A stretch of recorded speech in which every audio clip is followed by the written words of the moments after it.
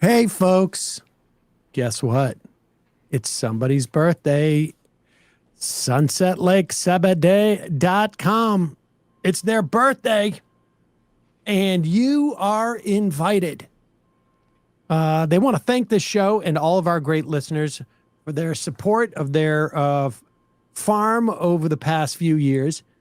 To show their appreciation, they're kicking off a special sale right now. If you head to SunsetLakeCBD.com, use the code birthday. You're not only going to save 25% site-wide, but you're also going to unlock a free gift when you spend over $100.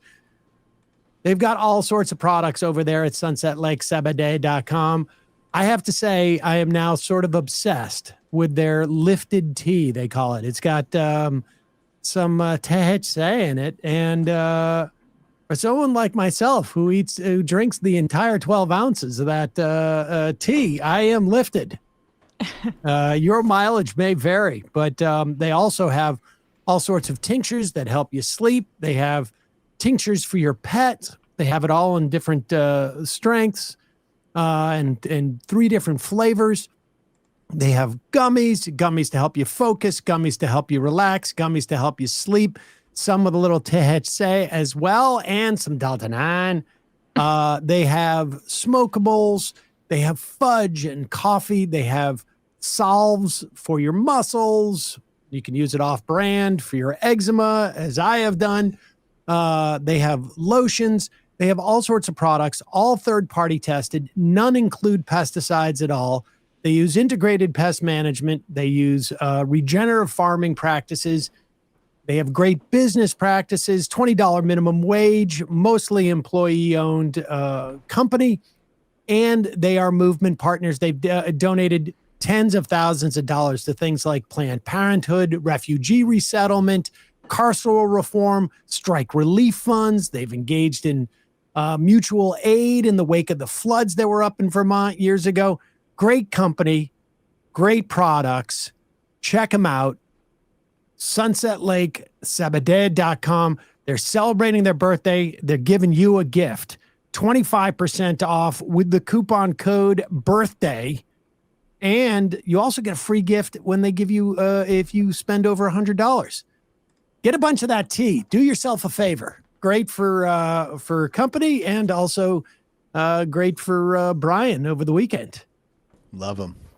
All right, folks. Now it's time for the show. The Majority Report with Sam Seder, where every day's Casual Friday.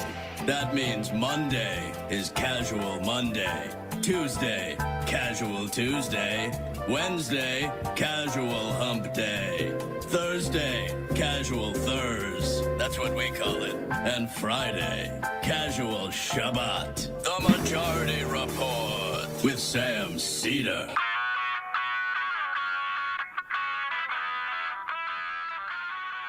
It is Friday, August 15th, 2025. My name is Sam Seder. This is the 5-time award-winning Majority Report. We are broadcasting live steps from the industrially ravaged Gowanus Canal in the heartland of America, downtown Brooklyn, USA. On the program today, Dave Weigel, author, journalist covering politics at Semafor, formerly at Washington Post and Slate Magazine. On This Week in the News, also on the program today, Trump to meet Putin in Alaska to suss out kickbacks for himself and also maybe deal with the Russian invasion of Ukraine. Meanwhile, in D.C., Pam Bondi says the DEA chief, now emergency D.C. police chief, and D.C. no longer a sanctuary city. Meanwhile, the D.C. attorney general and mayor say Bondi can say that, but it's not so, as they sue the Trump regime. In California, Gavin Newsom launches a California gerrymander campaign as Texas Dems still holding firm RFK Jr. appears to be asking what he can do for pesticide manufacturers. Trump-appointed federal judge rules the Department of Education attempt to bar diversity programs illegal. PBS slashes budgets by 21% as PragerU wants to replace it in classrooms. Costco bails on selling abortion pills. Greedflation is back as corporate profits soar amid a tariff inflation shield. Trump officially rolls back Biden's DOJ, FTC antitrust protections. Trump polling in the toilet. He's down dramatically with young men and Medicaid recipients. And it turns out the Meta chatbot, it's okay with romantic and sensual overtures to 13-year-olds. All this and more on today's Majority Report. Welcome, ladies and gentlemen. It is Casual Friday. Yes, it is. Welcome. Thanks for joining us. Hello. Hello. We got a lot to get to. I am just 3 days away from vacation, and that is what I'm really thinking about. I understand. I felt like I had to get that off my chest. That you can't wait for a break. I mean, it's, When you get to we won't rest. Incidentally, I'm spending my vacation protesting outside of Chuck Schumer's house. But that's there's a lot in the news today. I don't know if people have been watching this, but there are essentially armored vehicles driving through Washington, D.C. It's not a parade, at least not an official one. Let's start with this clip. Maybe folks have seen this. He's gone viral as the Sandwich Man. It turns out he is former Air Force, former DOJ, and he was basically getting in the face of some of these occupiers of D.C., military occupiers of D.C., and very, maybe stylistically people have an issue, but I think when you offer an officer like a cup of coffee or a donut or a sandwich, it seems like you're doing a nice thing. Apparently, they took issue with it. How else do you get a sandwich at the wee hours of night? Exactly. This is clip number 7.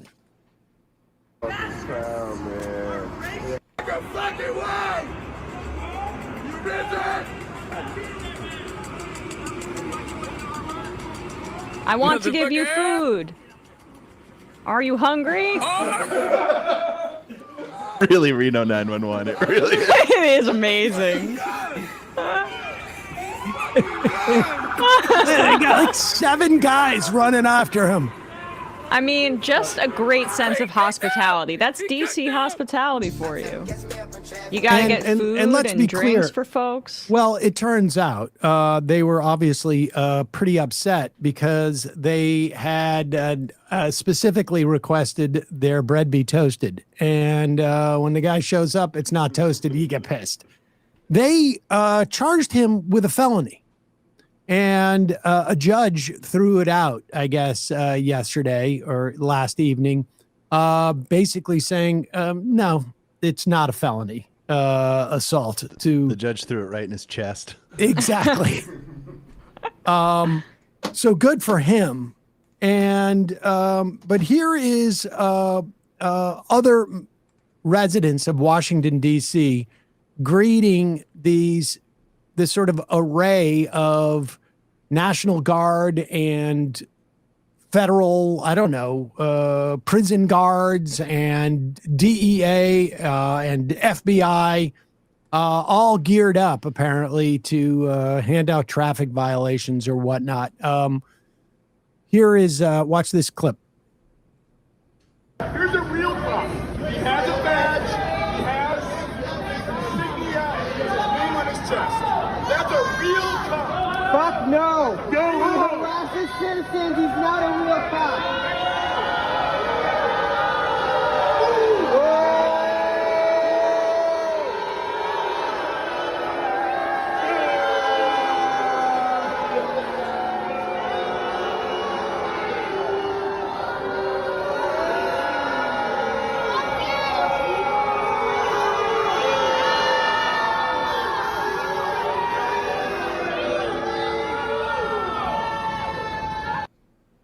As someone who's been booed at work, that sucks.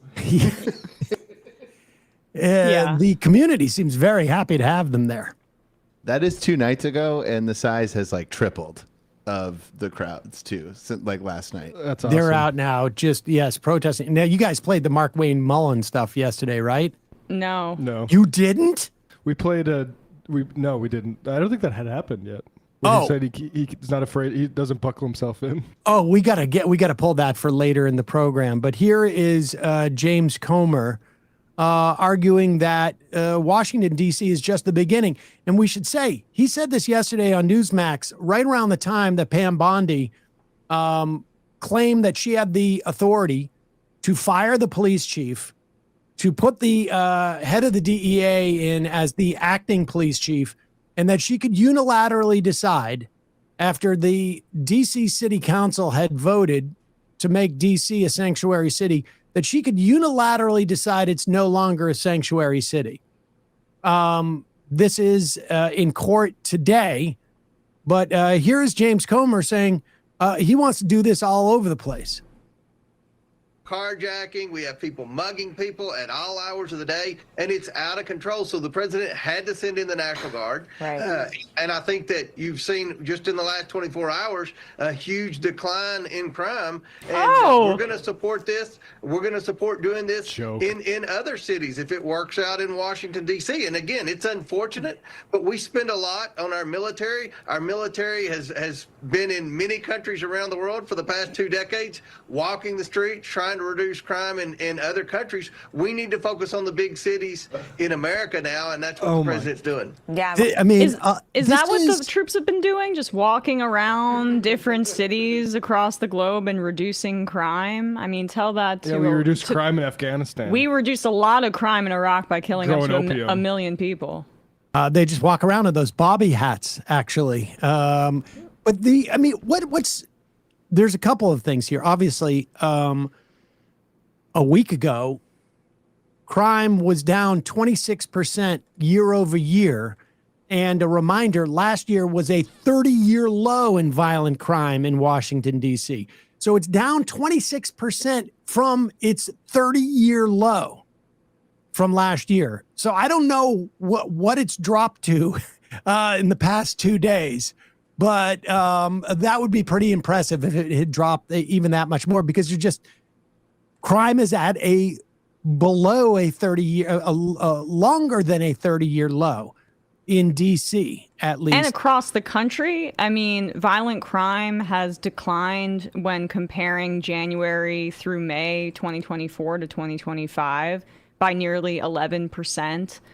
Property crime over 12%.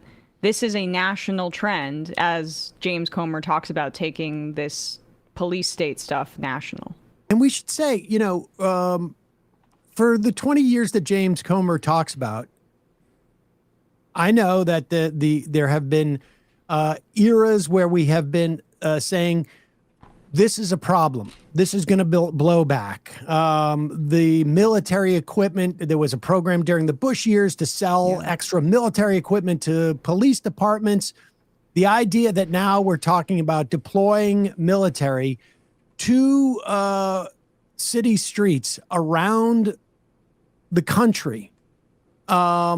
It's sort of the culmination of what the Republican Party has been doing for 20 years.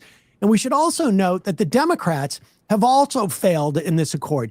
Do we have that a graph of how people think crime is? Yeah. Put this up. This is sort of stunning. It shows, and we'll probably reference this again later, but it shows that a Since 1990, that's the question. Since 1990, do you has crime increased since 1990? Since 1990, would you say murder rates in U.S. cities have? That's the prompt. Right. And 34% say increased a lot.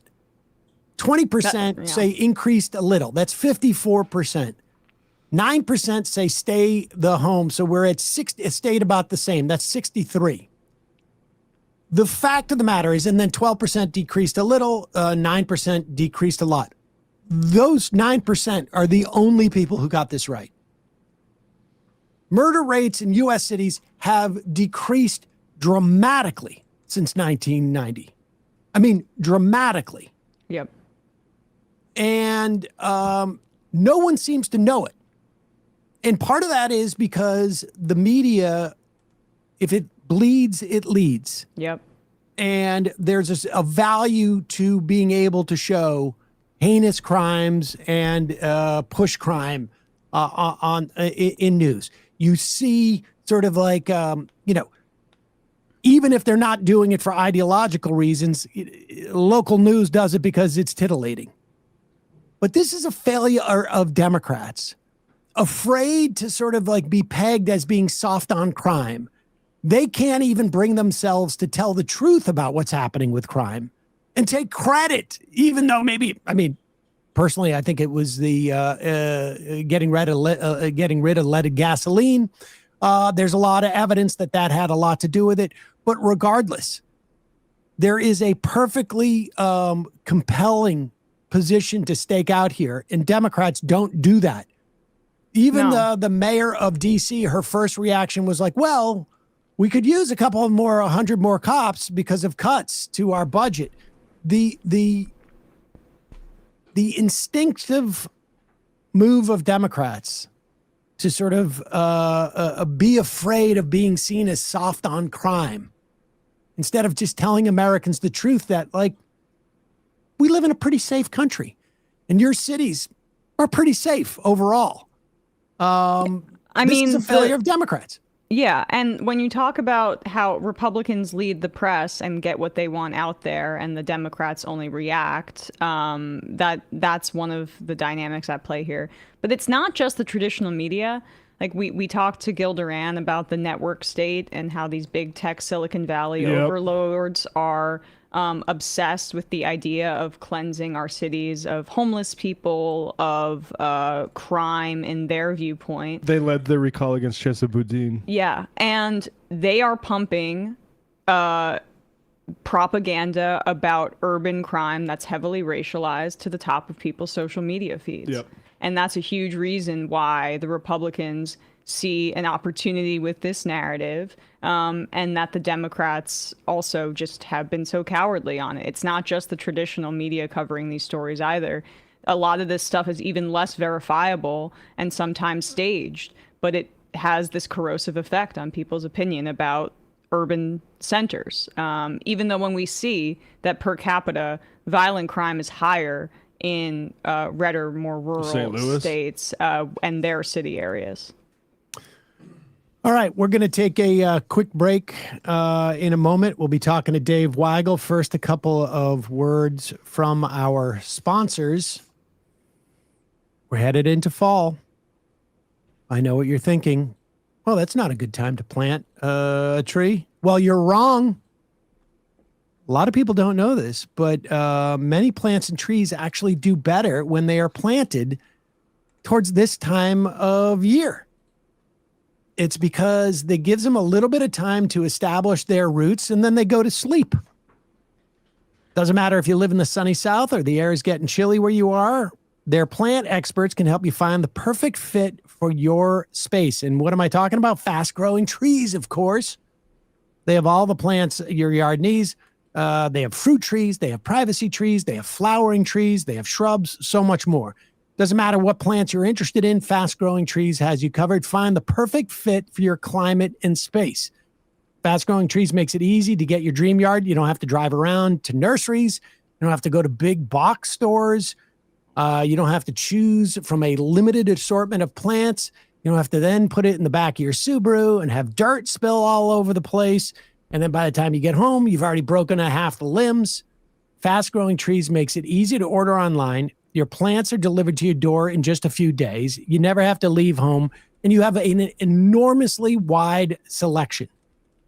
Plus, their Alive and Thrive guarantee ensures your plants arrive happy and healthy.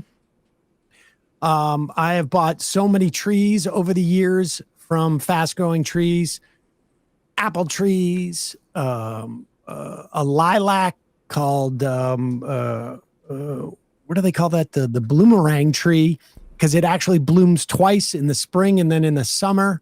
You can get berry trees, you can get pine trees, and they have all sorts of house plants. They have figs. You can grow figs in your house. Doesn't matter whether you want to add privacy or shade or natural beauty. Fast Growing Trees have experts give you all the information you need. They'll tell you your growing zone. They'll tell you what grows best there. They can help you plot stuff out. And again, if you don't need a tree, like I say, you can buy stuff for inside. House plants, fig trees, et cetera, et cetera. Every plant comes with instructions and tips to care for your new plants so they can grow to their fullest potential. This fall, they have the best deals for your yard, up to half off on select plants and other deals. Listeners to our show get 15% off their first purchase using the code majority at checkout. That's 15% off at fastgrowingtrees.com using the code majority at checkout.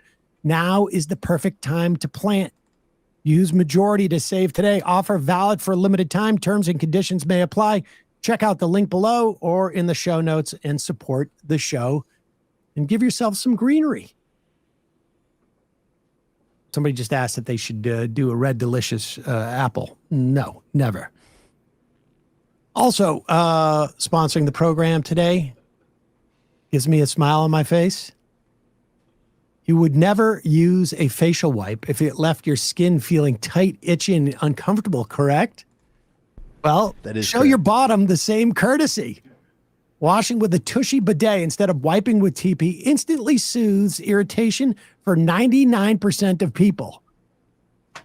And it would even help Emma despite her discomfort with these ads. I don't do that. Tushy, look, a bidet will change your life. And Tushy now has like a huge, like a wide array of different bidet experiences. You can go with the old school, which just connects to your toilet. There's no electricity needed. If you know how to take off a toilet seat, you can install one of these things. And now they have a whole new line of elevated bidet collections. They have that provide warm water that never runs cold, a soothing heated seat, and UV sterilization for next level hygiene. Like I say, all Tushy bidets easily attached to your existing toilet without a need for additional plumbing. Installation is simple. Takes about 10 minutes to complete. You don't have to spend thousands of dollars to get one of the best bidet experiences that is out there. And I mean, look, when your hands get dirty, you don't just use a dry piece of paper to clean them. Use water. Cleaning yourself after using the bathroom, now hands-free totally with their elevated, upgraded Tushy bidets. Sit, cleanse, and dry using the built-in air dryer. Instead of wiping endlessly with toilet paper, Tushy pristinely removes 99% of bacteria while protecting your natural skin barrier thanks to one natural ingredient, and that is fresh water. Every Hello Tushy bidet comes with a 30-day hassle-free return and a 12-month warranty. I want to thank Tushy for sponsoring this episode and changing my life. Keep your swampiest body parts fresh and cool. For a limited time, our listeners get 10% off their first bidet order when you use the code TMR at checkout. It's 10% off your first bidet order at hellotushy.com with promo code TMR. All right, quick break. When we come back, we'll be talking to Dave Weigel, author, journalist covering politics at Semafor.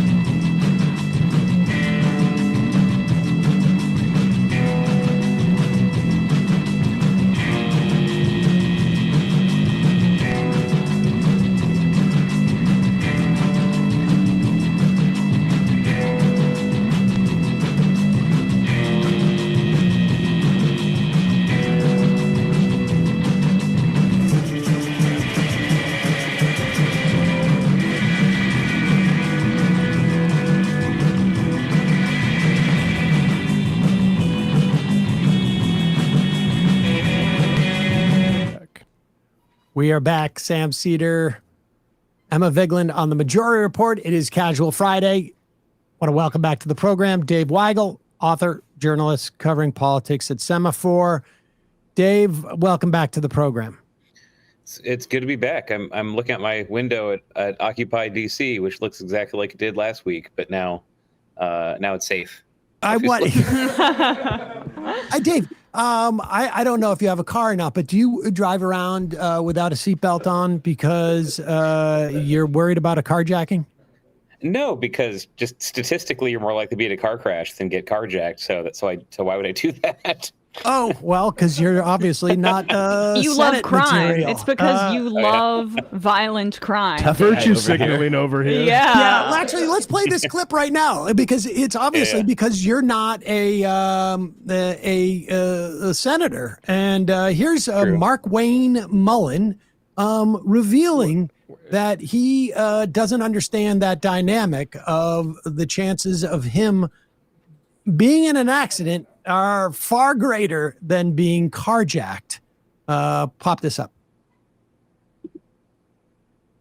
And by the way, I'm not joking when I say this. I drive around in Washington, D.C. in my Jeep, and yes, I do drive myself, and I don't buckle up. And the reason why I don't buckle up, and people can say whatever they want to, they can raise their eyebrows at me again, is because of carjacking. I don't want to be stuck in my vehicle when I need to exit in a hurry because I got a seatbelt around me. And I wear my seatbelt all the time, but in Washington, D.C., I do not because it is so prevalent of carjacking. And I don't want the same thing happen to me, what's happened to a lot of people that work on the Hill.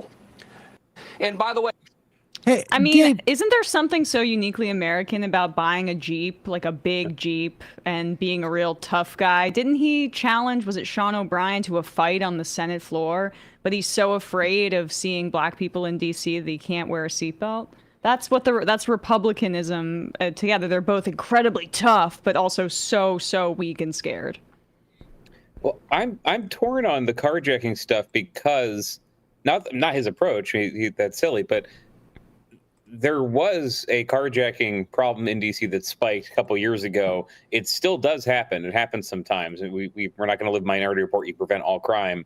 The issue is just basically a procedural issue where the city raised the age for trying juveniles. A lot of juveniles were just recommitting this crime because they weren't being tried as adults, and the city already has been changing that. And so the goofy thing about this whole discourse, many goofy things, one is just that the city had been rolling back some of the reforms that they didn't have a press conference to say, sorry, we went too far, but there was a carjacking problem. It has been getting better, but you do hear when this kind of take comes out that just there should never be any crime whatsoever in the city, which is hard to do. That sounds great. Very hard to pull that off. Being terrified of a city when a certain kind of crime is decreasing, I guess that's human nature, but why brag about it? That's just one of the things, that evolutionary traits in our brain, that we over worry about things that aren't likely to happen to us.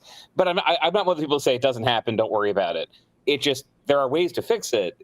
If sending the National Guard to areas where carjacking is not happening is not fixing carjacking. That's been the craziness this week of the mismatch of this visual TV response and the problems DC's actually been dealing with.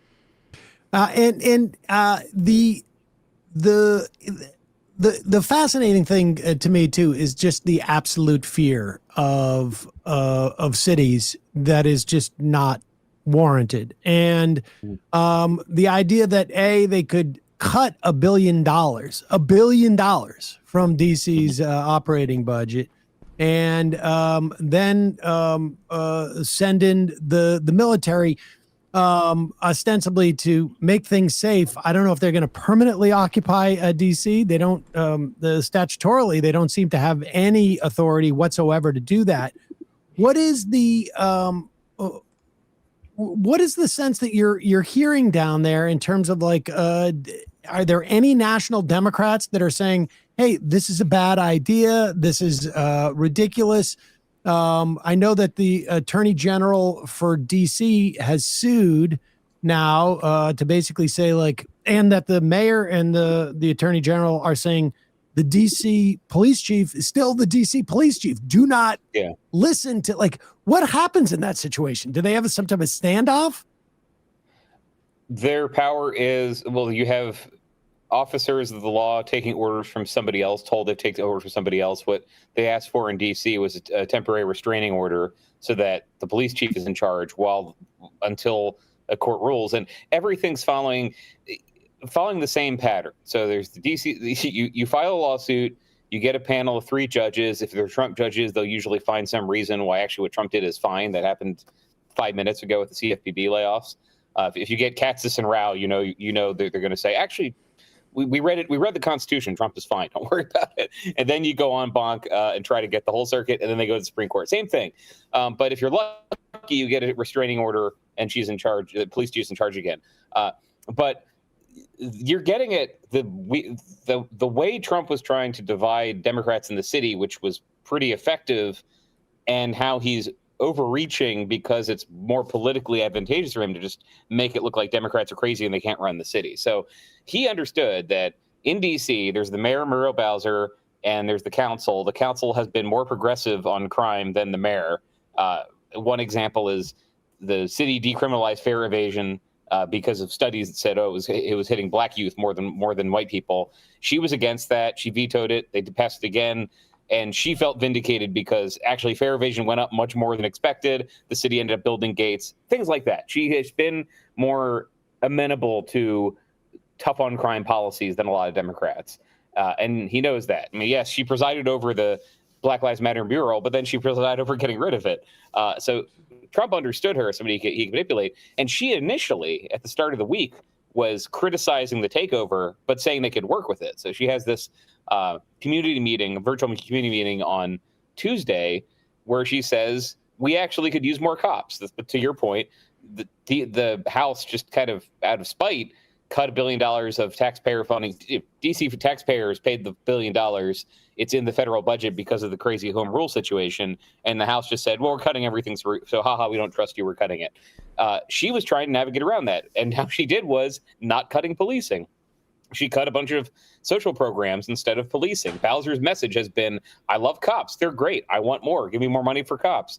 And her reaction to the takeover is, you're sending more resources. Great. But our police chief is willing to work with you. You're undermining our sanctuary city policy. Great. I, Muriel Bowser, don't like the sanctuary city policy. And he started to divide, I wouldn't say effectively, because it's been pretty chaotic every day. What they're doing now is it's kind of stunting on them and saying, well, we all know these people can't run anything, so Pam Bondi's going to run it now. And the DEA is going to run it now. And we're going to just you're going to have to fight us in court for the ability to run this. The premise being, and this is the premise of everything in Republican politics right now, the premise being that liberals ruin their cities and we need to take over because you're all idiots. That is through gerrymandering. That is the premise of gerrymandering, that you guys deserve fewer seats because you can't control yourselves. We need to wipe out the Kansas City seat. We need to wipe out the Nashville seat, etc. That's the premise here. You guys can't run it, so we're going to send the military in, and we expect there to be no backlash. Also, there definitely won't be a backlash if you guys can't win the House. And so the National Democratic response, I get into the Bowser one because it's a little more complicated. The National Democratic response, I think, not muddled, it just wasn't been very effective. It's, hey, DC deserves statehood, don't take it over, and the crime has been going down. Democrats have actually been clashing more with, let's say, the pundit class than with Republicans, because you see in pundits who talk about DC, they'll say, well, they shouldn't say crime's going down because it's actually still pretty bad. Yeah, obviously, crime's bad. Sorry, we all agree that there is too much crime. It's tough for Democrats to get their tiny megaphones into this conversation. The argument is, hey, we all agree crime's bad. The city's been trying to reduce it. The city needs the money that people paid for to reduce it. Don't take it over. If it's translated on TV as Democrats don't think crime's a problem, then I guess they lose that argument. But there's many arguments they lose because they try to explain themselves and it just gets mangled on TV.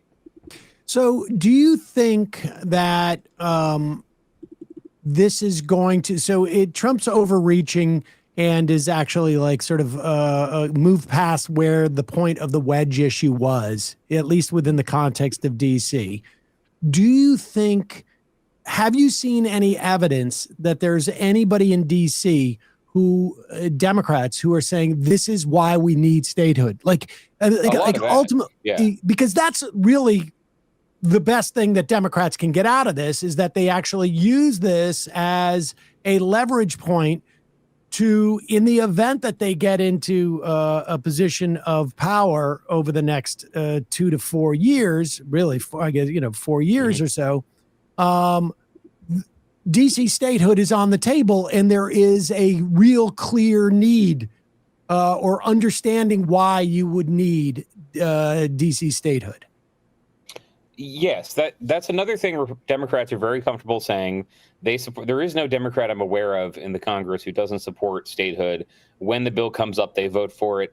The problem has been you need 60 votes in the Senate, and then you're going to get constitutional challenges on it. And there are some Democrats who, because they know the constitutional challenges are coming, say, well, what's the point of doing this? The closest they came was there was a bill that would have expanded the House by 2 seats in 2009 when Utah had grown fast enough that they correctly said they deserved another seat because the census had not captured their population growth. And it was going to be one more seat for Utah, one more seat for D.C., passed in the House. And this is, you can go back and litigate the Obama years and how they didn't leverage their power effectively. If they could go back in time, if Democrats would go back in time and knew it was coming, would they have banned gerrymandering, given DC statehood?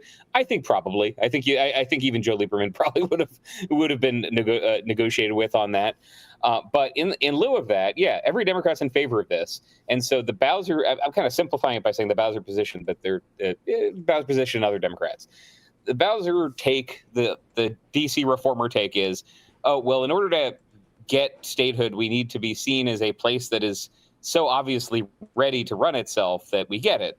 And the other Democratic take is just listen to Republicans. They don't want to give it statehood for power reasons. And Trump will say that. Trump will say, as he did at the Kennedy Center, no, don't give them statehood because they get 2 Democratic senators. That's it. The city could turn into paradise. It could have no crime for 10 years, but it would elect 2 Democrats to the Senate. Therefore, don't give it statehood. And so is there some future compromise? You can imagine a Aaron Sorkin compromise where, I don't know, you get a 3rd Dakota or something, or Alberta gets admitted to the Union. As a trade-off, Alberta's going to leave Canada. They're going to get 2 Republican senators. DC gets 2 Democratic senators. Great.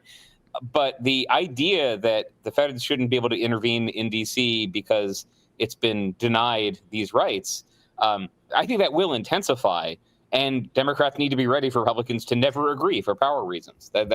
You're never going to get the city so clean that they want to give it statehood unless it started voting like West Virginia. The fascinating thing, I think they'd be interested in it. Right, of course. And the fascinating thing is that this is analogous in some ways, although I think there's some evidence that maybe it's changing a little bit, to the redistricting fight. Like the idea that there are Democrats who legitimately believe, and I don't know, I mean, you tell me if they legitimately believe this, and it's not just a concern that there's going to be, too much of a majority, perhaps potentially in the Senate, but the idea that they legitimately believe that if DC can show that it attains a certain level of competency in self-rule, then Republicans will buy onto this is just like, I feel like you'd have to be dropped, like literally airlifted out of 1952 and just dropped in to 2025 to believe that's what this is about. I mean, it's fascinating. And I feel like there's some, and I'm, there's a lot of things I don't like about Gavin Newsom, but I like the fact that California Democrats have basically said, we're going to do this.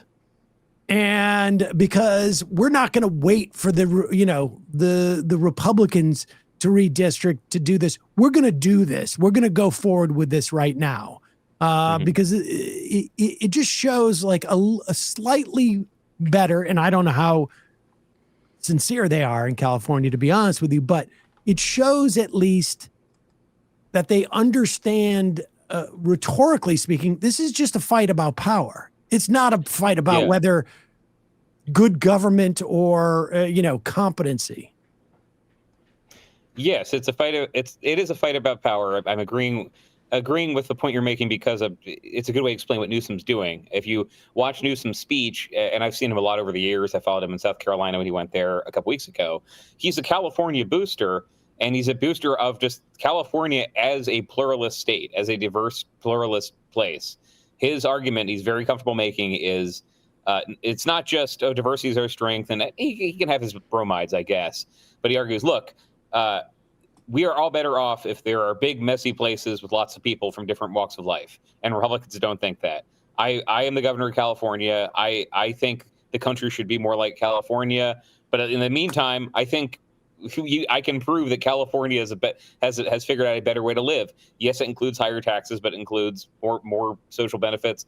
And the problem he sees with this is not to get into the entire abundance discourse, but the problem he sees with that is that people around the country need to hear California and think, oh yeah, they have the way they think of Switzerland or something or France. Well, they're liberal, but at least if you're there, things are pretty nice. He's aware that progressives have a branding problem around this, and they're up against daily coverage from Fox News and from conservatives and from some reality. This is the thing where I never say it's all fantasy. There were some decisions that I think progressive criminal justice reformers made that were a little naive about the effects of lowering sentences that were reversed. And Newsom was for those changes. He was against changing them back, but voters in California have reversed some of these things. They get turned to cartoons on TV that you could shoplift with no problem in California. It's not that. It is just it turns out there are a small number of people who are repeat offenders. If you don't convince them, they might actually have to spend some time in jail. So setting aside the police abolitionists and the people who think that's bad, that's what Newsom's doing. Is I am trying to defend a version of the country that I think is really pluralist and progressive and economically dynamic and good. And on the other side are the national conservatives represented by Trump, who are posting memes from DHS about how the country was better off in 1880 and how heritage Americans are having their futures taken from them by immigrants. That is what he sees happening. I think he is correct. I think just if you listen to the Trump administration and Stephen Miller, their plan for the country is fix the country by getting rid of immigrants. Now, not just, there are people who are immigrants and are conservative who can stay here, but there are elements of that movement. You can log on to X and see them who will make fun of Vivek Ramaswamy because they don't think Indian Americans should be here. Who will make fun of Asian conservatives because they don't think she should be here. Or certainly make fun of black conservatives. He is trying to square up the California version of things with the nationalist version of things that says we'd be better off if we had a smaller population. Now, eventually, people who heritage Americans having more babies. That's how to fix the country. This idea is really very old. I mean, I'd start dating back to the opponents of the 1965 Immigration Act. So let's say 60 years.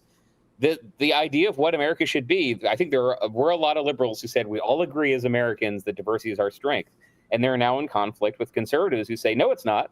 That was a lie told to us. We need to turn the country into what it would have been if we didn't have so much immigration. And that's what he's against. So that runs through the cities. That's when you see criticism of cities. One thing I see online a lot is criticism of like Canal Street in New York, which is not a bed of crime. It's like there are some people, some are immigrants who are selling goods on the street, and you'll see criticism. That's what the third world looks like. We shouldn't have that. Does it look like parts of New York in 1880? It kind of does. It looks New York. Exactly like, except for in 1880, there's a lot more people on the street selling stuff. Yes. I mean, but there is this idealized AI-created version of the past that Newsom's competing with. Well, I mean, and to be fair, we should also say that it didn't start in the conservative movement in 65. It started, you can go back to 1920. You can go back. I mean, there is a history of this.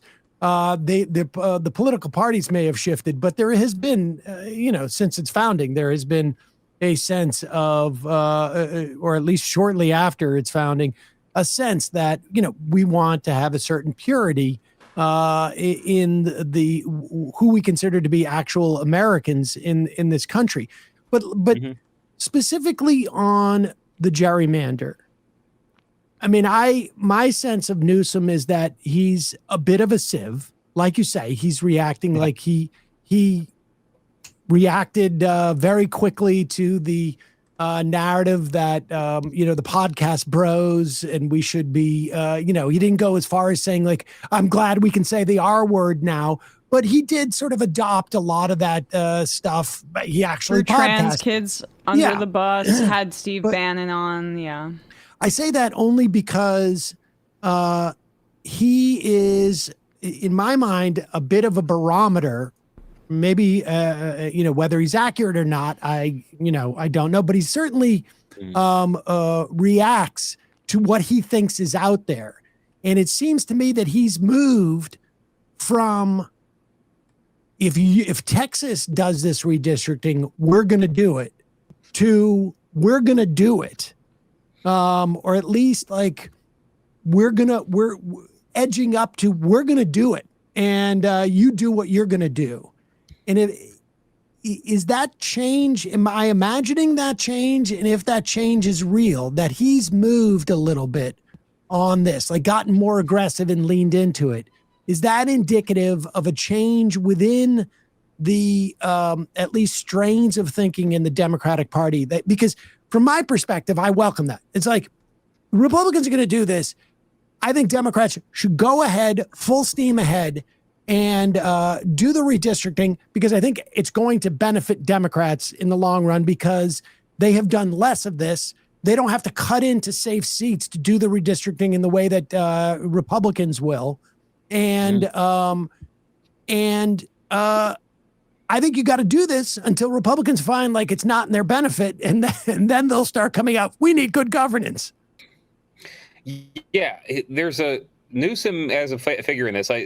I don't want to get too far on a tangent from the gerrymandering, but I think it all comes from him wrestling with why people rejected Kamala Harris and with her California in 2024. Why did he have that podcast? You can debate how much ground he gave when he talked to Charlie Kirk and Steve Bannon, et cetera. My sense is that Newsom really wanted to understand, okay, what is going on the right that is so attractive to people? Because I'm a progressive Californian and I don't get it. I think we're figuring things out. I don't get why so many young people are especially into this. And he's somebody he's not that young anymore, but he's somebody who was watching these districts, these younger, more diverse districts move to the right. Why is that? I think he was trying to figure that out. So what he's trying to do is he's making this argument that democracy is at stake. You're not going to have the right to choose your leadership unless you vote for this gerrymandering proposal in California, the anti-vote rigging proposal. And if it sounds a little bit like Democrats saying democracy is at stake in 2024, he's saying, no, seriously, though, be willing, please, Californians, to pause this map that we got an independent commission to draw and draw 5 seats because Trump is trying to ruin the country. And it's audacious, but is it that much more audacious than a lot of Republicans talk, or a lot of Republican governors talk? Because if you guys consume some conservative media, know what's going on. When I hear him talk about the threats to freedom, I've heard the same thing from Republican governors in red states for years. Barack Obama is going to do Jade Helm, and he's going to take over communities. He's talking about Jade Helm today, and now literally they're doing it. They're going to have the agents steal your guns. COVID was supercharged this, and again, to be fair, and Newsom was one of the governors who talked about that. There were people who wanted to go to church, and they couldn't go to church during COVID. And for a lot of people who voted for Trump in 2024, that was, we need to vote for him to save our democracy from the threats of the state. That's the Kennedy version of things. Newsom is using the same sort of appeal, saying, yes, we all want to just kind of glide through life, but your freedom is at stake. It is worth voting this way because your freedom is at stake. It's a Flight 93 election. That's what I hear him doing. And when he talks about gerrymandering, he's not saying, I love gerrymandering, it's awesome. He's not saying California deserves more seats, which is what Republicans are saying about themselves in Missouri and Indiana. Their quotes, if you see them, are just, yeah, we should have more seats. Trump wants more seats. We should get them. His argument is that, look, maybe one day you'll vote against me, but we'll never get our country back without this. We're going to turn into Nazi Germany. He didn't say Nazi Germany, but he talked about the 53 days. And that's a reference to Hitler consolidating power. So, yeah, I said audacious before, like repeating myself. What he's doing is very audacious for a Democrat, because even when Democrats talk about democracy, yeah, well, it's even when they talk about democracy, it's more like the Biden version of folks, we need to restore our democracy, but we're not going to break the filibuster to do it. Right. We're going to debate this. We're going to have our DOJ get some consent decrees. But look, it'd be a bad idea to have our DOJ go after Donald Trump on January 21st. And they look at Republicans, they being Democrats, look at Republicans saying, boy, it looks like you could just take power and do stuff. And if they can do that, how do we get Democrats to feel like motivated enough to compete with them? That is what Newsom is trying to do. And I feel like the coverage, I'm not going to criticize the coverage, but he's trying to make it a bigger than partisan thing. I don't know how effective that will be, because he's going to have on the other side, not just Republicans, but the League of Women Voters in California has said it's going to oppose this ballot measure because right. I mean, this is it said in the LA Times, like, well, LA, yes, authoritarianism is happening, but we shouldn't get rid of this great reform in the meantime. That's my point, is that like I wonder, for a Democrat, this is a big move. This is like basically saying, like, we're not going to be bound by norms right now. We're going to address the moment we're in and what we're actually facing, and not hope that it's, things, cooler heads are going to prevail. And I wonder if, and I guess we'll find out, but he doesn't strike me as a guy who's going to go too far out on a limb unless he's, somewhat confident that there's some support for this, which I think, when part of the problem is you could just go back and look at like Democrats, 15, 20 years ago, the vast majority of voting Democrats wanted their politicians to compromise versus Republicans who did not. And that has changed dramatically over the past 10, 15 years. And I think, Newsom is reflecting that, I hope. It's just the idea that the League of Women Voters is like, well, we've got the military in DC, but the important thing is that we maintain some type of because if we're not an example, who will the folks in Texas follow? It's just doesn't work like that. Can I have a bit of a thought that it's maybe a different, I don't know, perspective on it, because there's all this talk about how Mamdani's victory is not replicable outside of New York City, but Newsom's actions here feel a little bit more specific to California even than a broad-based focus on affordability, and not just in the way that the Democratic Party talks about it, but a redistribution of wealth or taxing the rich. Like Newsom, this is good partisanship, but it's only made possible given the size of California and its blueness. I'm just not necessarily sure without a material angle how you can paint that picture, because the fact that he didn't really understand why Kamala Harris lost, that's a bit of a problem, right? Like, we have Gilded Age levels of income and wealth inequality. Right, but he also was thinking about what aspects of pluralism in California piss people off so much. And he really does try to understand a lot of conservative rhetoric to see what's so popular. I'm not trying to do like this Gavin Newsom match contest. I just think he is different than some Democrats who just say that stuff's crazy and I don't want to listen to it. I don't want to platform it. And that has, you can see it's like almost like in the mediocre Matrix sequels where like Agent Smith gets defeated, but then he gets the good Neo code and he's able to compete with them. I'm not saying that's what Newsom thinks he's doing. I'm saying, as somebody who watched that mediocre Matrix movies, that's what I thought. Is that he's like taking some of the tactics that he thinks is working for the right. But yeah, not replicable everywhere. Obviously, that is what you're finding, and each of these states has its own rules. Democrats are learning that they kind of built up this lattice work of rules to protect voters that make it harder to then take power from voters, which seems like the way they should work. When I was in Michigan a couple of weeks ago, and I was asking the Democrats running for Senate there, hey, there's a nonpartisan commission in the state. Should you get rid of that? And they said, and they're not naive. They're saying, no, here's the thing. We would never have won back the legislature but for that commission, because Republicans gerrymandered it for so long.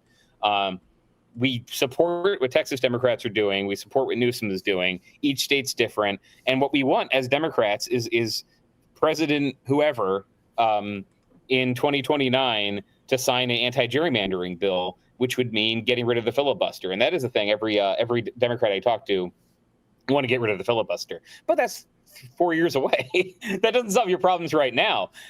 This is a real fight inside liberalism, though. I was at Netroots, which maybe we'll talk more about, but that was a topic at Netroots Nation.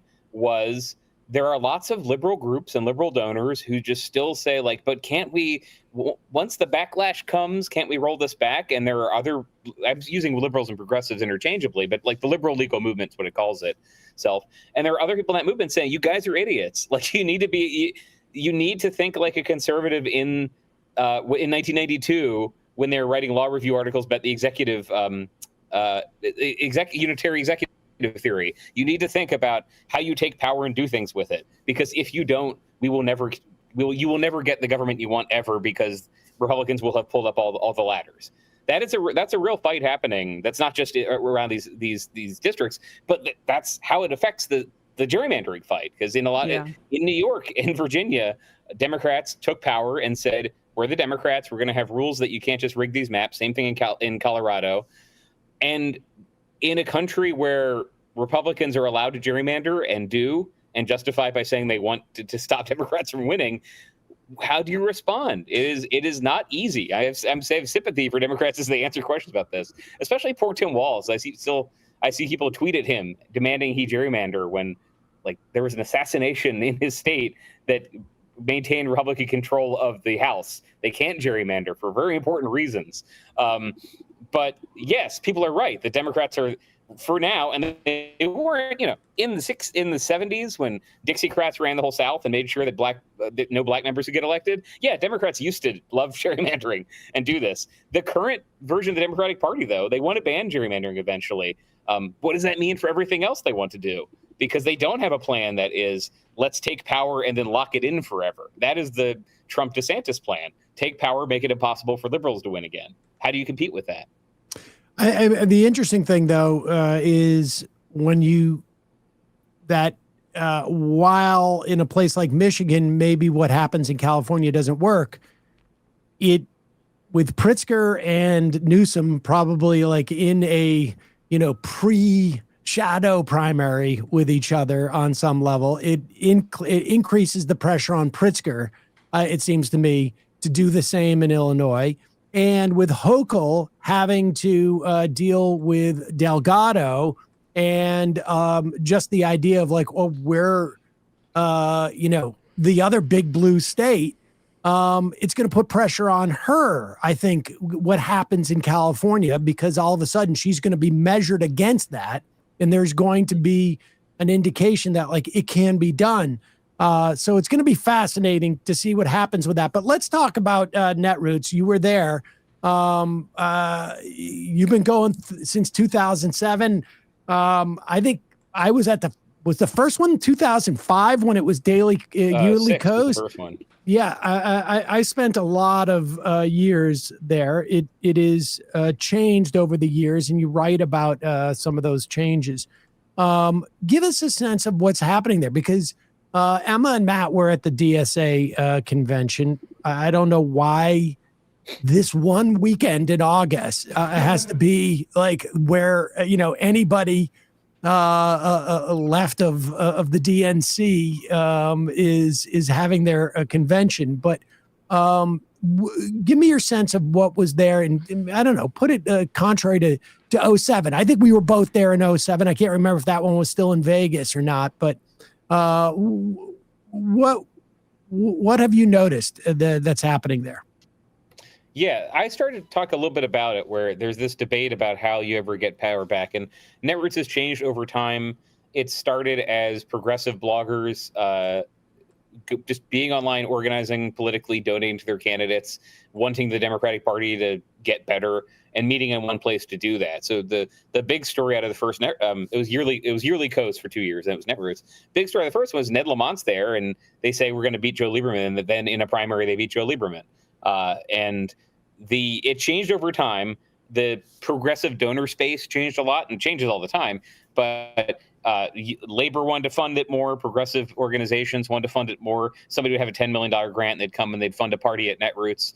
It definitely had shrunk this year, which I took as, I was just taking notes of the funders from last year and this year. Certainly the progressive donor space, and this has been reported mostly in the New York Times, is just a little wimpy and not sure what to do. And they've been scaling back some of their funding for organizations. So that's one thing that came up.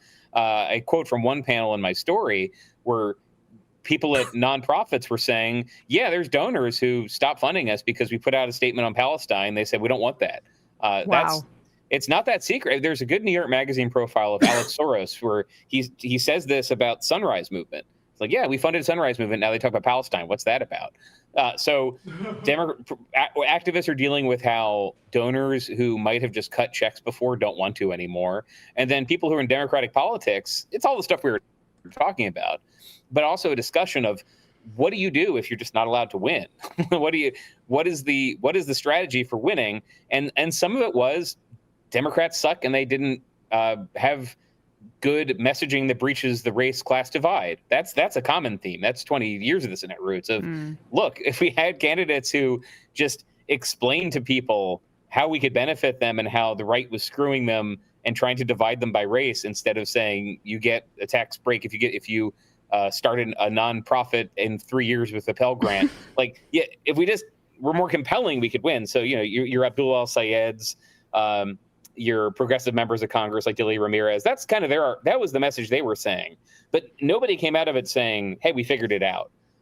And that was, again, the big takeaway just from being there was it wasn't like a ghost town, but you could tell there are groups that used to send lots of people who have been minimized by Trump. And it's not just the donors. It is Media Matters and Act Blue have both been attacked by, in Media Matters' case, Elon Musk and Republican attorneys general in lawsuits meant to bankrupt them. In Act Blue, it's the DOJ trying to run Act Blue out of business because they are a funding portal for Democrats. The premise is that they're not stopping secret foreign money from getting in, which would be legal if they just had a stable coin, I guess. But it's a real problem if Act Blue does it. And so I was surprised. Now there was some media competing. There was competition, as you said, with a DSA convention, which is an overlapping story. Very little media there. And I think it's just right now the left is seen as just mostly like a problem for the Democratic Party. What do they do with it? This is how the Mamdani story is covered. But that's important. If the organizing capacity of the left is being strung in by donors and by investigations, look, that is a much worse and much more real version of what conservatives said was happening 10 years ago when the IRS was not giving tax status to every Tea Party group. This is happening under Republicans of trying to undermine progressive organizing. And one, it's been pretty successful. Two, some of the donors are fine with it. But that's a difference. I mean, this is a story for like a massive story that involves organizations that don't let anyone into their meetings. But the large donors saying we're not sure what we should be funding anymore because we think progressive activists are too crazy and too focused on Gaza, that is there are some Democrats who think that is good because they do not want those activists to have much of a role in the party. They do not want them to be the face of the party.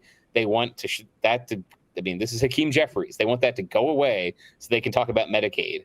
And that was clearly happening. They were not at Netroots, but that was the worry about what was happening to the party at Netroots. It's interesting. We have a clip. Let's play this clip. It was a panel that included Keith Ellison. I know you had an interview with Keith Ellison. And they featured a clip from Derek Thompson. Thompson. I guess he was Abundance. at the one of the Abundance corporate festivals and interviewing somebody. And this was sort of fascinating to me. Play this clip.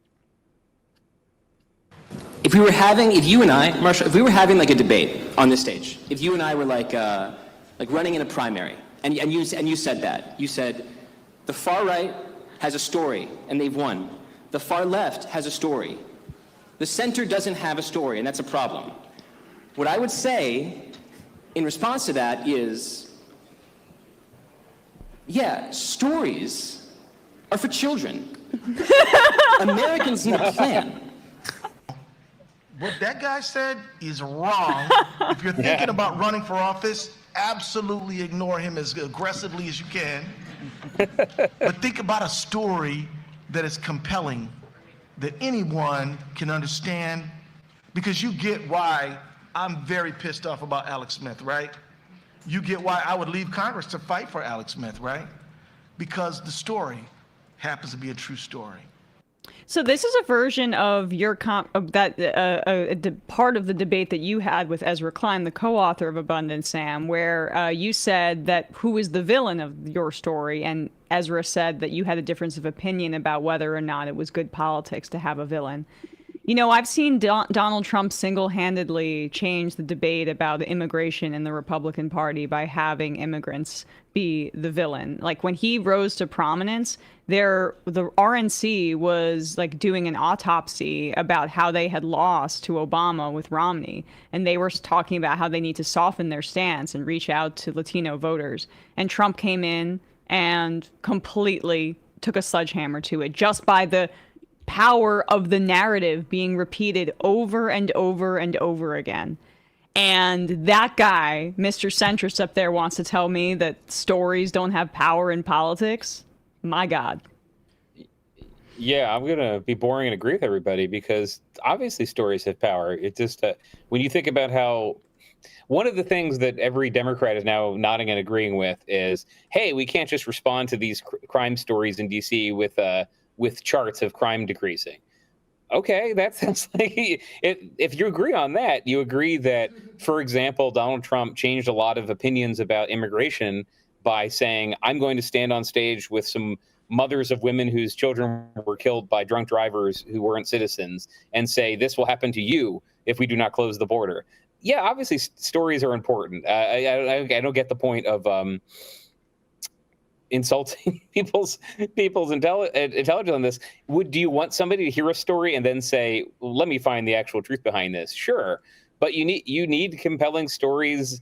This is how the media works, but it's also how I listen to, not just this podcast, but you listen to conservative podcasts, and they're not saying a new study came out. They're saying, check out this crazy video, check out this crazy person, check out this crazy person on TikTok. Kids are using kitty litter in their classrooms, and I heard this from the amazing thing is that Thompson himself purports to tell a story in abundance about mRNA. I mean, the story, it's not a very good story, personally, and I can understand now why, because he doesn't think that there's any value to it. But what's fascinating is, I think in that instance, I mean, I don't know what his motivation is about it, but that feels like what the Democrats are doing. I mean, like what the leadership of the Democratic Party is doing. We're not going to tell a story. We're going to just wait until Donald Trump's approval rating is in the toilet and let that do all the work for us. We don't need to provide a story, because that would then require a vision of what America could be, right? Like, I mean, aside from how just absolutely stupid the idea of like there should be no narrative, like a plan to do what? Well, we don't need to tell you what the plan is. Putting that aside, it's almost as if that's how the Democratic establishment functions. Is like we don't have a vision of where we're going in any way. And so best to just like be at the ready and deploy certain things when it comes. I mean, it's almost like they don't want to be responsible for an overarching narrative. And it's, I don't know. I find that fascinating. Did you think like, with the Netroots thing, the most interesting thing, I mean, like my recollection has been the first year after a loss election tends to be a little bit like sort of disempowering for Netroots, and that it starts to come back when there's more sort of election activity in the second year. I mean, early on it was different because the energy was so untethered from like the democratic machinations, I guess. There was more sort of like an independent life for the Netroots. But this idea of donors really sort of starving it, like, is there any type of broad understanding that the same people that they're defunding because they're talking about Gaza were also the people they were relying on to get the vote out, who were also upset about Gaza then? Like this, like it's a tacit admission that they were depressing the activists, if not with lack of dollars, but at least in terms of like what the campaign was saying about Gaza or not saying about Gaza. Yeah, which I wrote about. The DNC is going to have its meeting end of the month, and the resolutions going around. One of them is a very soft Gaza one that just calls for a ceasefire. One that will probably not pass is calling for an arms embargo. The party is going to continue to fight about that, and it's an odd issue because if you look at the polling right now, just saying, hey, do you want your tax dollars to continue to be funding this war that you don't quite know why is not over yet? Most people say no. But not everything's around Gaza. It's more that, and this has happened throughout the liberal space. I hate that word, but the liberal spaces, basically, there has been this conflict between older and more, not even more conservative, just older liberals who fund organizations and younger progressives who've come into the organizations, where the younger progressives have different ideas about intersectionality, different ideas about Gaza, different ideas about even gender. And there has been a blame game.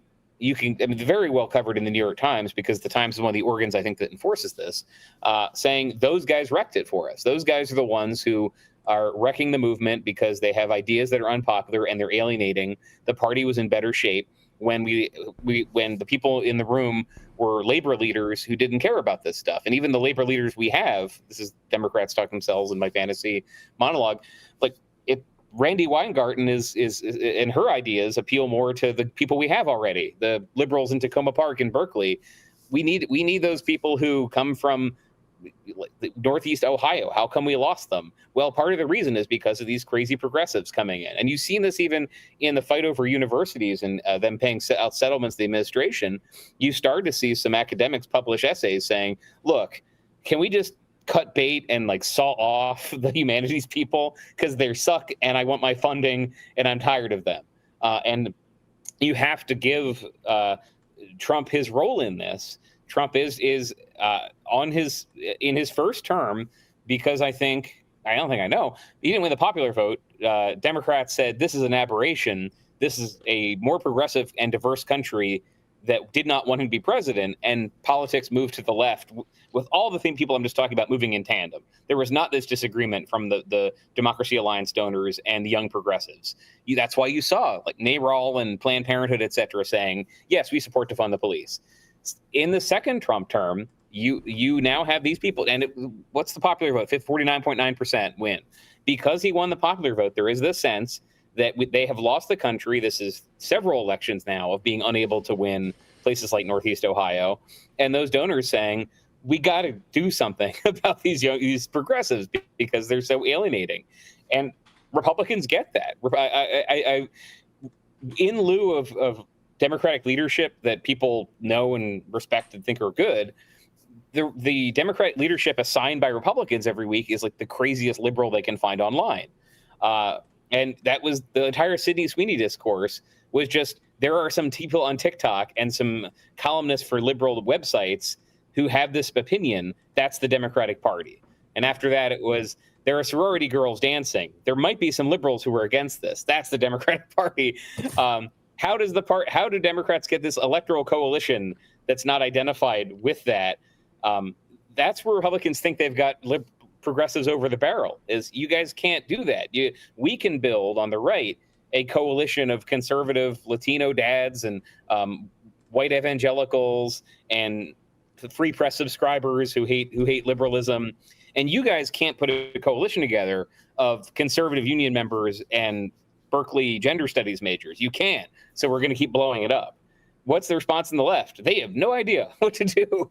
They're progressively say the thing we do is build solidarity and remind people that it should not matter to you if a school has a gender policy you don't like somewhere else. Meanwhile, that your tax dollars are being redirected to Peter Thiel and your 401k is being put in private equity or in crypto. They're distracting you. That's a message the Democrats are happy making. But there is that view there that we need to do something so people don't think Democrat and then think some annoying college student. And that's basically, imagine a world where there is no conservative media. I don't think you get that. Conservatives had a version of, I wouldn't say this problem, but let's stipulate. Since Elon bought X, there's a lot of more very far right content on X that if you showed it to a swing voter, they might say, that's pretty gross. Like for the stuff we were talking about before of people fantasizing about how great it would be to deport Vivek Ramaswamy and give his house to Americans whose family fought in the Civil War. That's probably not that popular around the country. Why are they not forced to own that with swing voters? That's an interesting question that no one has figured out an answer to. And I've seen Chris Hayes ask this. How come J.D. Vance does not have to answer for some opinion he follows, and every Democrat has to answer for some random person on TikTok? It's not a rhetorical question. I think that is one part of it is the anti-woke backlash means just less interest in saying you won't believe what this Republican said. I mean, Trump exists. You'll believe what they said. You'll believe somebody said this on Twitter. But why is that political movement, which is not a majority movement, which if you went down to South Texas and showed it to people who voted for Trump, hey, here's a guy who thinks you're not really human, they might not agree with that. But how come they are not supposed to? They don't own them too. I heard a little bit of that at Netroots, but there is a fatigue because people voted for Trump last time. He has run 3 times and gotten more votes each time. There's just this punch drunk attitude. Okay, maybe much of the country will put up with stuff that we think is anathema to democracy, is authoritarian, is racist. If they will, then what do we do? It's really But the tough. answer's in their face, right? Like, I mean, this is what's frustrating about this conversation is an overarching vision about a working class coalition, and it's about improving people's standard of living by taxing the rich. That's the answer. That cuts across everything you're saying and gets ahead of the whatever aesthetic cultural elitism that they're trying to harness. And like, I'll give you credit, Dave, you were much more bullish on Trump winning or having a really good shot than I was, and I was wrong about Harris winning. So I defer to you on some of this stuff. Like, you know, that could cut across some of that squishiness that you're talking about. Well, at the same time, sorry, I've been interrupted, but also Trump, if he was running as Mitt Romney and saying, and I'll cut Social Security, I don't think any of this would work. Right. like you need him to do that too. Sam, sorry, I interrupted you. Yeah.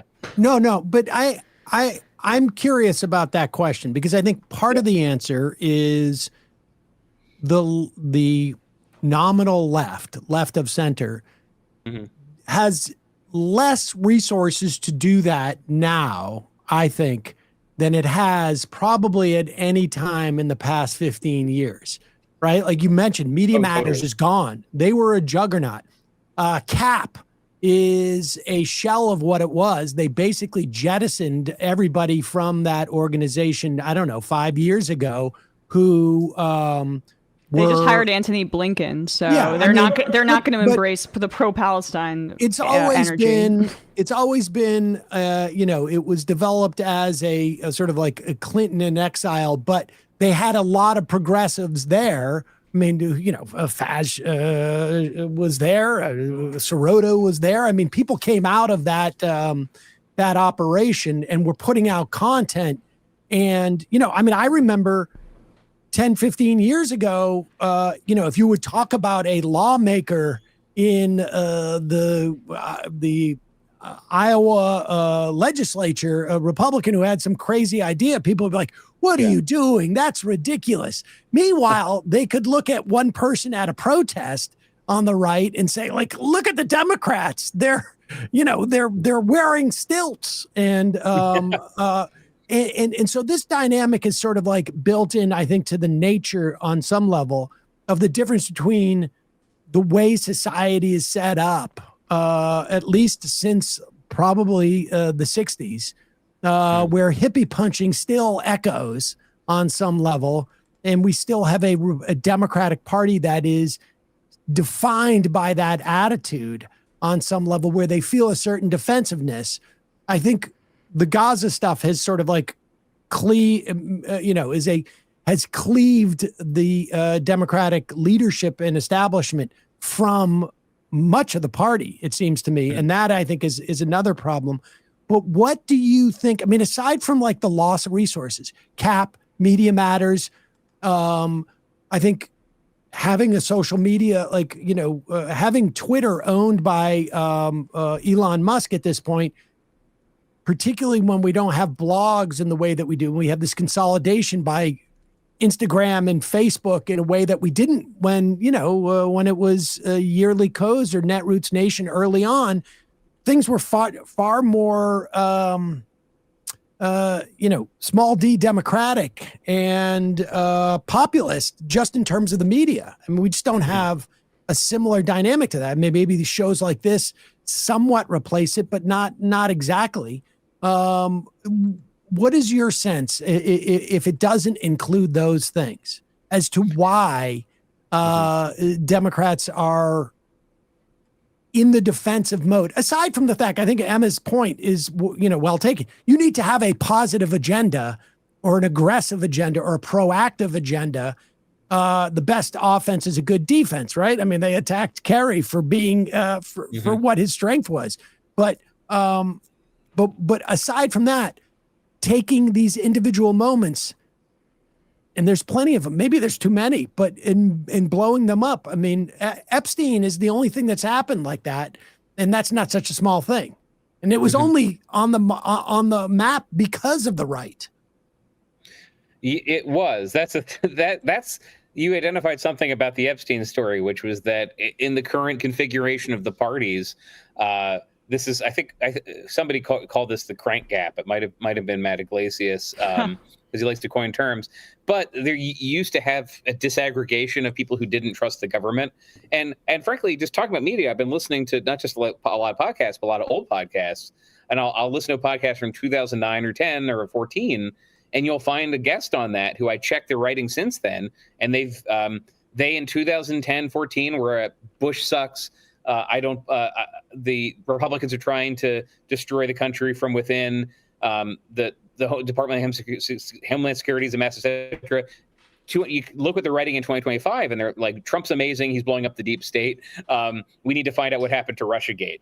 There is a roving, not even that political, anti-establishment view that I think Democrats have not lost, like they weren't trying to hold on to it. Just as the parties changed, they became a more evidence-based, norms-loving party, and they didn't hold on to those people, and COVID sped that up. So that's part of it. I'd argue that was deliberate, Dave, right? In the pursuing of suburban Republicans as a way to change the constituency of the party, which Chuck Schumer said since 2016 they were deliberately doing. That jettisoned critique of the government and as conspiracism, which I think really is alienating to folks who aren't well off or older boomers and have a difficult relationship with the government when you can't talk about dark things like Epstein. I mean, Democrats feel very uncomfortable using that kind of conspiracism against Trump. Sorry to cut you off. No. I mean, let's have some back and forth. That's fine. I think but it was interesting because it was so unnatural to them. Whereas something that's totally forgotten politically these days is 2006. The Bush administration is making a deal over ports management with a company from Dubai, and Chuck Schumer leads the charge in saying that's terrible. We can't have this Arab country running our ports. And just Democrats wouldn't do that anymore. They wouldn't say we're all in on a conspiracy theory that the color of skin and like the funding of these guys is a national security threat. Yeah, they just don't do that anymore. They have become a more let's defend America with facts and reason Party, which I'm not saying even is bad, but the discourse, the conversation that sometimes is who would Bill Hicks be voting for now. That's what I mean. Is I just feel there's sort of a I don't trust these frauds in power mindset that is now entirely Republican, and there's a lot of organically popular media that has that mindset. That's the Joe Rogan thing. You've seen some Democrats go on Joe Rogan and he doesn't really push them on that stuff when they've been successful. Your John Fettermans and your James Talarico's, and Republicans are successful. That's why they got bit, is because Kash Patel will go on Joe Rogan's show and say he's got all this information that he won't release it. That's been losing those people. But I'm thinking the audience of those people, the people who were floating between the parties before and always hated George W. Bush. I wrote about them in 2016. I was finding these people who voted for Ron Paul that were voting for Bernie Sanders. I've always been interested in that kind of voter. That consumer is very important. And that this is one fractal of what we're talking about. But that media Democrats are not seen as credible because they were the party that in 2020 was saying stay at home to avoid the spread. And I think that hangover is going to last for people for a while. How come Trump gets away with it? I have no idea. That's a complicated question. How he's made people forget he was president during all that. He's just overcorrected by destroying vaccine research, I guess. So what do Democrats do in this media? It's I feel like part of it is funding. So it's not like and Charlie Kirk's media network, the TP Turning Point network, it's very successful, but it involved lots of startup capital over many years. Tons. Same with Daily Wire. Being taken very seriously. Oh yeah, Daily Wire, same thing. Which has made a ton of mistakes and lost its CEO over them over investing in a bunch of media products that didn't work. Mm-hmm. But it didn't go it didn't get shut down. like Think Progress got shut down. And so one thing I'm glad this ties to what I was saying before because I was worried I was getting too rambling. Yeah, progressive donors, I think, need to be ready for some stuff to bloom that they don't like. Because on the right, that happens. There are conversations that happen on right-wing media funded very well by large conservative donors that are not helpful for Republicans that day. And it doesn't matter because people stay organically interested in it. And sometimes they're talking about that stuff and it catches fire and Republicans do it. This is the entire politics of the gender issue. This was something that was lighting up conservative talk radio podcasts for years, and Republicans were saying, we lost all these elections over the bathroom bill in 2016. Shut up. This is not a winning issue. As soon as Trump wins the election, every Republican ad this year, not every ad, but every Republican campaign I've seen this year that has money is spending on gender stuff. So they are willing to have media figure something out and then chase after it because the media proved that it was popular. I don't think liberals are in that same space. They don't like seeing liberal commentators say the Democratic Party sucks. Yep. And it's like, you have to get over it. Like, it helps like Mike Johnson and Mitch McConnell, who are not popular. Well, Johnson more so, but Mitch McConnell's like gotten everything he ever wanted. And he never was popular on conservative media. It just helped the conservative media was popular. So they kept winning elections. Yeah. Yeah, that's a great point. Dave Weigel, author, journalist, Semafor, newsletter. We will link to that newsletter at Semafor. Dave, always a pleasure. Really appreciate it. Oh, it was great. Thanks for this conversation. I really had fun. Thanks. Thanks, Dave. All right, folks. I think it's time to head to the fun half of the program. Oh, yeah. Wherein we will take Dave was still on here. Sticking around. I hope he knows that was not specific to him. That's the branding that we use. Yeah. Of the show. I always worry about that. I always try and make sure that the guest is off so they don't hear us saying that. Yeah. Now for the fun part of the show. Sorry I'll about send him some CBD. Yeah. Sorry, folks. You had to take your medicine. I like talking to Dave because, first of all, it challenges some of my preconceived notions, and he is on the ground all the time at all of these events. I mean, I don't know if anybody has more continental U.S. travel miles than Dave Weigel, so he knows what's up. He has his ear to the ground, and that's what I appreciate about our talks. He also, we should say, was, I think, back in 2007, maybe before then, sort of a little libertarian-y. I think, in terms of like, he came out of that media, and sometimes that perspective is very, very helpful. You saw that with like, what's her face, Collins too. Having a sense of where these people are is sometimes helpful, particularly in the context of just reporting and being able to know what it is you're observing in many respects. So very helpful. With all that said, we're going to head to the fun half, and it's your support that keeps this show alive and thriving. Aliving and thriving. You can become a member at jointhemajorityreport.com. When you do, you not only get the free show free of commercials, but you also get the fun half. Also, don't forget justcoffee.coop, fair trade coffee, hot chocolate. Use the coupon code majority, get 10% off. You can buy the Majority Report blend. They have all sorts of blends. They have single origin, great coffee, and a great progressive co-op in Madison, Wisconsin. Matt, What is it? Reffining. Yeah, we had a good show. Had a good show. Seth Harp on talking about his excellent new book, The Fort Bragg Cartel.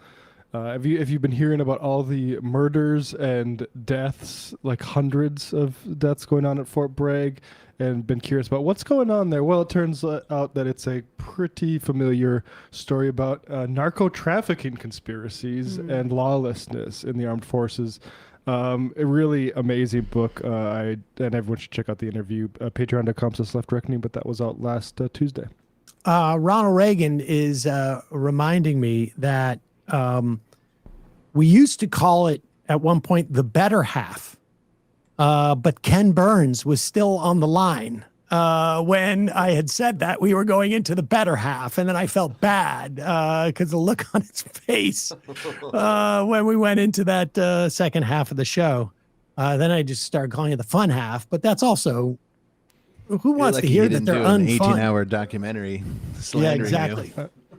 Well, he canceled the one that he was planning on me because of that. Yeah. He couldn't have been on video. What do you mean?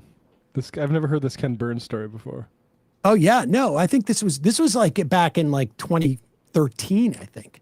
Right, but he was on the phone. You could tell that he was put out by calling it the better half. No, I think maybe we didn't use video, but we would connect video wise. Huh, okay. I'm not sure. Interesting. Maybe it was the phone. Maybe he was still on. I don't know. I don't remember. I think Ken was probably okay, but that's just me. We'll see. All right, we got to take a quick break. We'll see you in the other place.